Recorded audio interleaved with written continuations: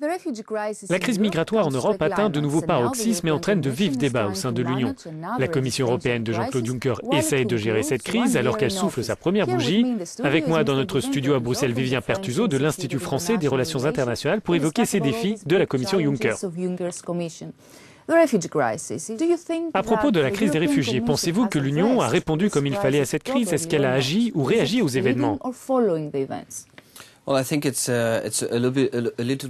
Je pense que c'est un peu des deux. Elle agit parce que peu avait été fait jusqu'à ce que la crise éclate réellement, et ce n'est pas une surprise. Nous aurions pu prévoir ces événements il y a un an et demi, voire 2 ans. Donc, la crise des réfugiés n'est pas une surprise. Vous pourriez dire légitimement que la Commission n'a pas fait grand-chose auparavant. C'est finalement suivre les événements. Mais elle agit sur d'autres points, puisqu'elle essaye de pousser les pays membres dans une direction qu'ils ne veulent pas prendre.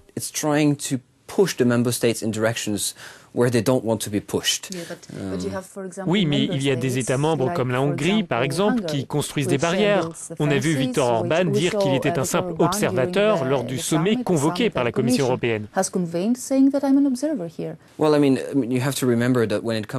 Il faut rappeler que lorsque l'on parle de politique migratoire ou de politique d'asile, la Commission n'a que peu de compétences. Tant que les États membres ne veulent pas agir de concert, certains pays peuvent unilatéralement mettre en œuvre des décisions qui sont totalement décriées au niveau européen, mais le geste est dans l'intérêt national.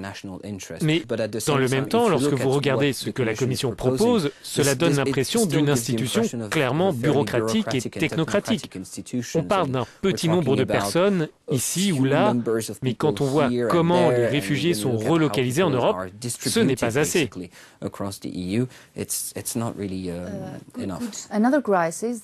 L'autre crise, c'est la situation grecque. Toute l'année précédente a été dominée par ce sujet. Quel a été le rôle de la Commission?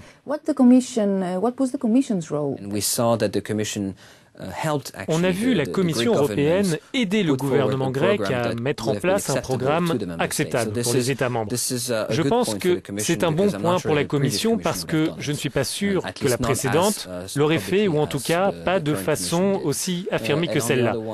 De l'autre côté, c'est une Commission engluée par son esprit technocratique, tel que c'est dans ce cadre-là que nous voulons travailler, et c'est le cadre que vous allez suivre.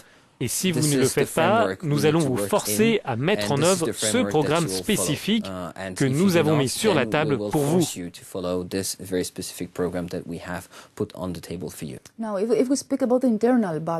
Si nous parlons de fonctionnement interne de la Commission, par exemple, on voit Pierre Moscovici dire qu'il souhaitait une position plus dure vis-à-vis de l'Espagne, alors que Jean-Claude Juncker ne le voulait pas. Nous avons vu des tensions au sein de la Commission. Comment cela marche?